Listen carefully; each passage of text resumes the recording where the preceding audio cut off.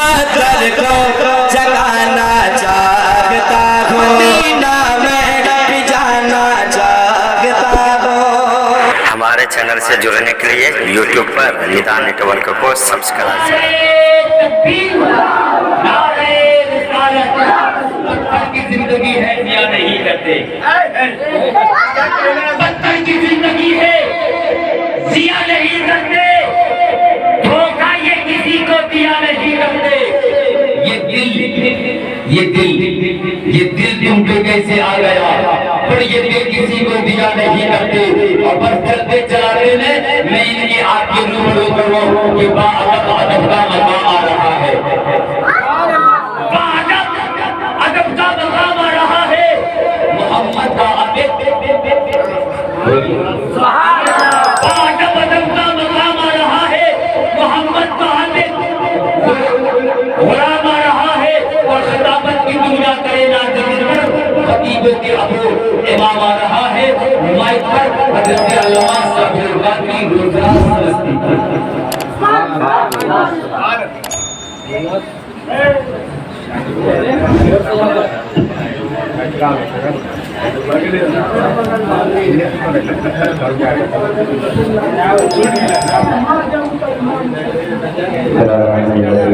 السلام علیکم ورحمۃ اللہ تعالی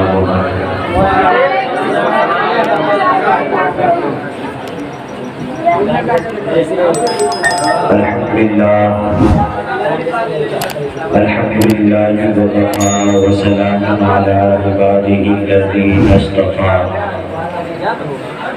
خصوصا على شمس الضحى بدر الدجى نور الهدى محمدا المصطفى وعلى آله وأصحابه ذي العزة والصفا، أما بعد فأعوذ بالله من الشيطان الرجيم، بسم الله الرحمن الرحيم، ولنبلونكم بشيء من الخوف والجوع ونقص من الأموال والأنفس والثمرات وبشر الصابرين، صدق الله العظيم۔ وقال النبي صلى الله تعالى عليه وسلم الحسين مني وأنا من الحسين، صدق رسوله النبي الأمين المعين المبين الأمين الكريم، ونحن ولا ذلك لمن الشاهدين والصابرين والذاكرين والعابدين والحمد لله رب العالمين۔ شاہ است حسین، بادشاہ است حسین، دین است حسین، دی پناہ است حسین، سردار ندار دست در دست یزید، سردار ندار دست در دست یزید، حقہ کے بنا لا الہ است حسین، حقہ کے بنا لا الہ است حسین۔ اور اعلیٰ حضرت کے چھوٹے بھائی علامہ حسن رضا خان فاضل بریلوی ارشاد فرماتے ہیں، بیاں ہو کس زبان سے مدح خانے اہل بیت، بیاں ہو کس زبان سے مدح خانے اہل بیت، مدح گوئے مصطفیٰ ہیں مدح خانے اہل بیت، مدح گوئے مصطفیٰ ہیں مدح خانے اہل بیت، اور بے اجازت جن کے گھر جبرائیل آتے نہیں، بے اجازت جن کے گھر جبرائیل آتے نہیں، قدر والے جانتے ہیں قدر و شان اہل بیت، قدر والے جانتے ہیں قدر و شان اہل بیت۔ اور بے ادب گستاخ فرقوں کو سنا دو اے حسن، بے ادب گستاخ فرقوں کو سنا دو اے حسن، کہ یوں بیان کرتے ہیں سنی داستان اہل بیت، یوں بیان کرتے ہیں سنی داستان اہل بیت۔ آئیے ایک مرتبہ ہم اور آپ جی لگا کر پیارے آقا کی بارگاہ میں ہدیہ درود و سلام پیش کریں، بڑی آواز سے بلند اللہم صلی علی سیدنا شفیعنا کریمنا و مولانا محمد بارک وسلم صلو علیہ صلاۃ و سلام علیک یا رسول اللہ یا حبیب اللہ یا نبی اللہ صلی اللہ تعالی علیہ وسلم۔ حضرات گرامی، وقت کافی زیادہ ہو چکا ہے اور غالباً میں آخری مقرر کی حیثیت سے آپ حضرات کے سامنے پیش آیا ہوں۔ اس کا مطلب یہ ہے کہ اب چونکہ سارے علماء کرام انتظار میں رہیں گے کہ کب حضرت کی تقریر ختم ہو تو صلاۃ و سلام پڑھا جائے گا، اس لیے میں علماء کرام کو زیادہ دیر انتظار کرانا پسند نہیں کرتا ہوں۔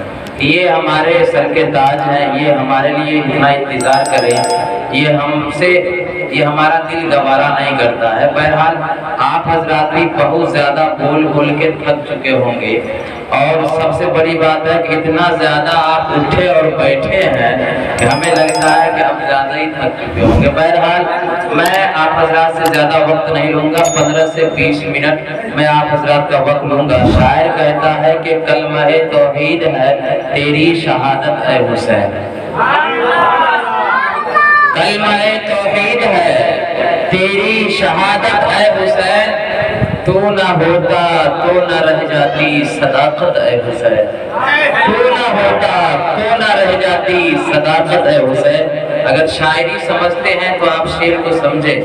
شاعر کہتا ہے تو نہ ہوتا تو نہ رہ جاتی صداقت اے حسین، اور احتمال آنے کو ہے پھر سے یزیدیت کا دور، احتمال آنے کو ہے پھر سے یزیدیت کا دور، پھر جہان نو کو ہے تیری ضرورت اے حسین، پھر جہان نو کو ہے تیری ضرورت ہے حسین۔ اور ہم اہل سنت کا عقیدہ ہے، اگر آپ کا بھی عقیدہ ہو تو دل کھول کے آپ دعائیں دے دیجئے گا۔ ہم اہل سنت کا عقیدہ ہے کہ حال میرا کچھ بھی ہو، میرا عقیدہ ہے یہی، حال میرا کچھ بھی ہو، میرا عقیدہ ہے یہی کہ بخش پائے گی مجھے تیری محبت اے حسین، بخش پائے گی مجھے تیری محبت اے حسین۔ میرے محترم اور دوستوں، خطبہ مسئلہ کے بعد میں نے آیت مقدسہ کی تلاوت کی، جو دوسرے پارے کی آیت کریمہ ہے۔ رب فرماتا ہے وَلَنَبْلُوَنَّكُمْ بِشَيْءٍ مِّنَ الْخَوْفِ، اور ہم ہماری ضرور آزمائش کریں گے، تمہارا امتحان لیا جائے گا۔ یہ رب کا فرمان ہے۔ کس چیز کے ذریعے تمہارا امتحان لیا جائے گا؟ ہمارا اور آپ کا بھی امتحان ہوگا۔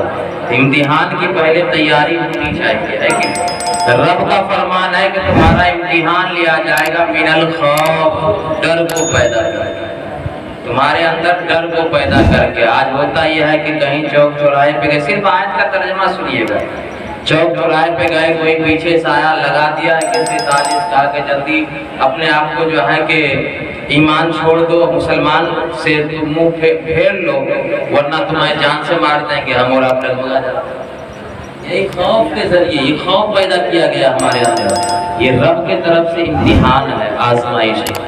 رب فرماتا ہے من الخوف والجوع، تمہاری آزمائش ہوگی تمہارے اندر بھوک کو پیدا کر کے۔ کس چیز کو پیدا کر کے؟